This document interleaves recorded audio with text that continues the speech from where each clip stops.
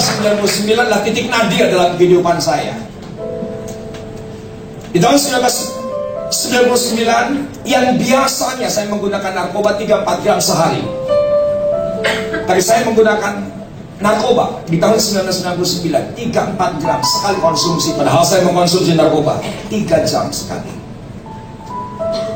Saya ngedar narkotik dari usia 12 tahun. Di ledeng teh, di luhur, cekat ikir, cekat geger kalong. Usia 12 tahun saya ngedar ganja. Saya usia 12 tahun sudah ngedar Rohypnol. Usia 12 tahun saya sudah ngedar Dumolit. Dan saya ngedar narkoba selama 20 tahun.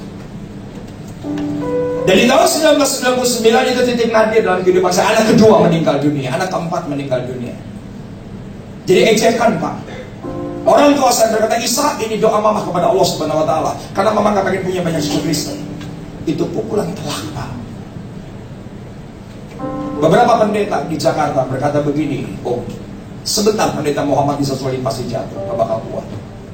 Dan saya konsumsi narkoba yang biasanya 3 gram sehari. Di tahun 99 saya konsumsi narkoba 3 gram, itu sekali konsumsi. Dan ketika itu saya masih berkarir di sebuah perusahaan Amerika, the second largest in the world. Dan saya memegang marketing untuk seluruh Asia Pasifik. Dan saudaraku, pagi hari itu seperti biasa, saya masuk ke kantor. Pagi itu seperti biasa, saya masuk ke ruangan dan saya kunci. Saya punya sarapan khusus, yaitu narkotik. Karena saya lakukan itu belasan tahun. Tetapi apa yang terjadi? Pagi itu saya dapati yang namanya heroin hanya tinggal beberapa bubuk saja yang ada di alas kaca yang biasa saya sedot heroin. Dan saya cuma temukan itu yang namanya sabu, hanya tinggal beberapa hisap. Saya masih punya harapan, saya masih punya networking. Saya cari siang hari itu sabu, saya tidak temukan. Saya cari siang hari itu heroin, tidak temukan. Banyak orang berkata, sold out bos, sorry bos, gak ada. Yang saya ketika itu tuju cuma satu, yaitu di rumah. Karena saya ingat di rumah masih ada 78 gram. Dan apa yang terjadi? Saya batalkan dinner meeting. Saya batalkan appointment meeting malam hari itu jam 5. Saya langsung menuju ke rumah. Tapi saya sampai di rumah, saya marah besar. Ternyata bong sudah dalam keadaan hancur, aluminium foil sudah dalam keadaan robek. Ternyata saset plastik yang seharusnya itu 78 gram sudah dalam keadaan basah. Dan saya dapat dikatakan, biasa saya sedot heroin sudah dalam keadaan pecah. Dan saya tahu pasti stok saya ditemukan oleh Elsa. Dan saya langsung kejar Elsa, mana stok saya. Baru saja Elsa berkata, aku masukkan ke toilet dan sudah di flush. Dan lalu kita arguing berjam-jam. Yang saya akhiri malam hari itu, saya pukul Elsa selama 4 jam. Dan menjelang jam 2 dini hari, Elsa sudah terpojok. Badan saya sudah bergetar karena sakau. Udah gak ingat, Pak. Elsa sudah dalam keadaan terpojok, Elsa sudah dalam keadaan terdesak. Dia sudah berkata, ampun, ampun. Siapa aja yang bisa tolong, ampun, saya kapok. Dan saya sudah mulai melihat darah keluar dari telinga dan hidungnya. Elsa dalam keadaan terdesak.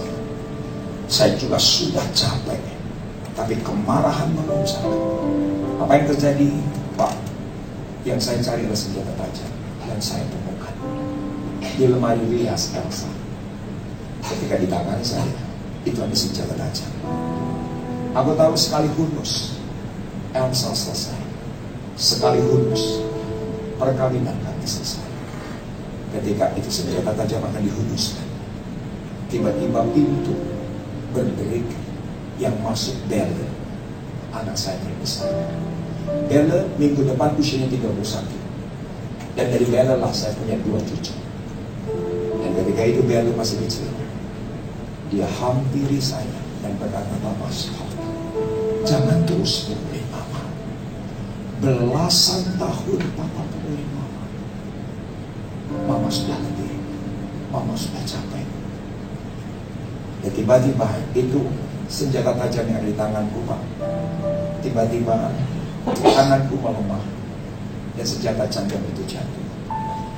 Dan Bel, putri saya, menghampiri ibunya, yang mana ibunya berkata, "Mama tolong Bella, Bella, Mama tolong." Akhirnya Bella peluk. Dan ketika Bella peluk, yang saya tahu adalah ketika itu Bella raih tangan ibunya dan dia berkata, "Yuk Ma, kita sepakat berdoa untuk Papa."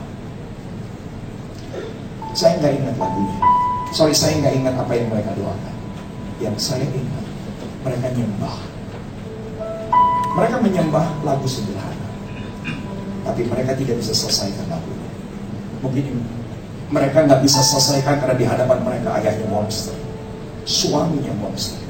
Simple song. Lagunya bilang begini, "Sebab Engkaulah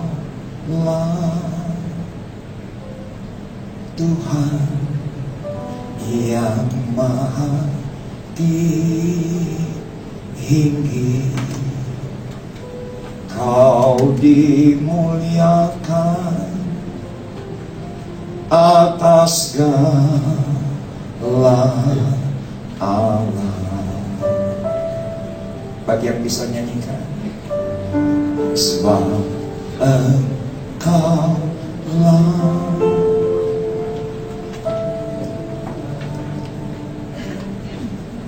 yang maha tinggi, Kau dimuliakan atas segala alam.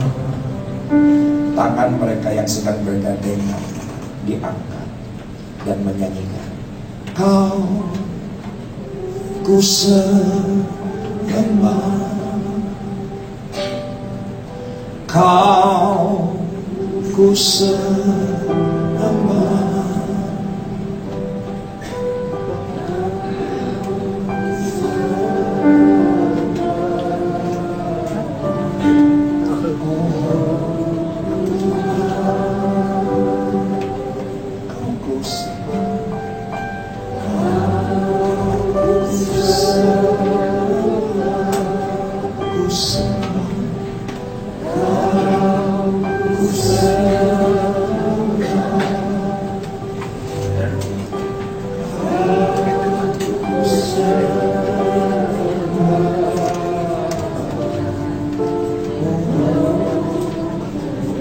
Mereka tidak menyelesaikan lagunya, tapi yang saya ingat, tiba-tiba tangan yang sedang bergandengan itu ditalamkan di atas kepala saya. Dan sejak itu hidup saya dipulihkan.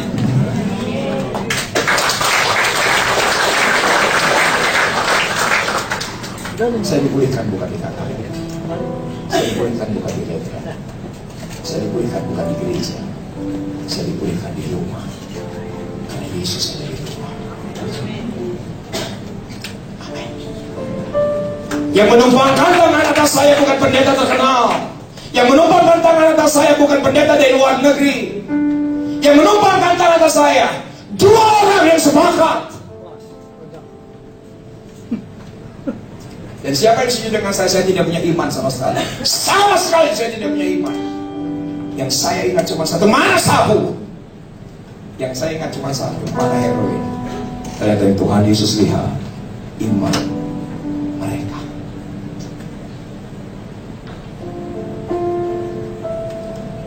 Mari sama-sama kita bangkitkan ini.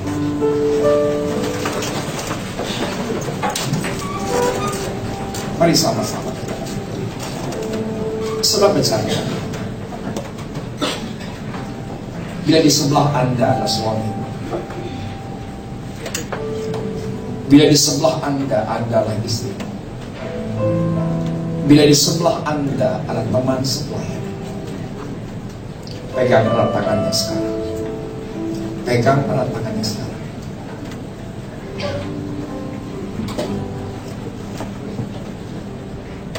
Semua memejamkan mata. Ada banyak teknik gereja. Ada banyak teknik berdoa. Ada banyak teknik penginjilan. Ada banyak teknik pastoral. Ada banyak teknik non pastoral. Tapi biarlah segala sesuatunya lahir dari kesepakatan. Itu yang powerful. Bukan cara, bukan teknik. Yang menentukan adalah sikap hati di dalam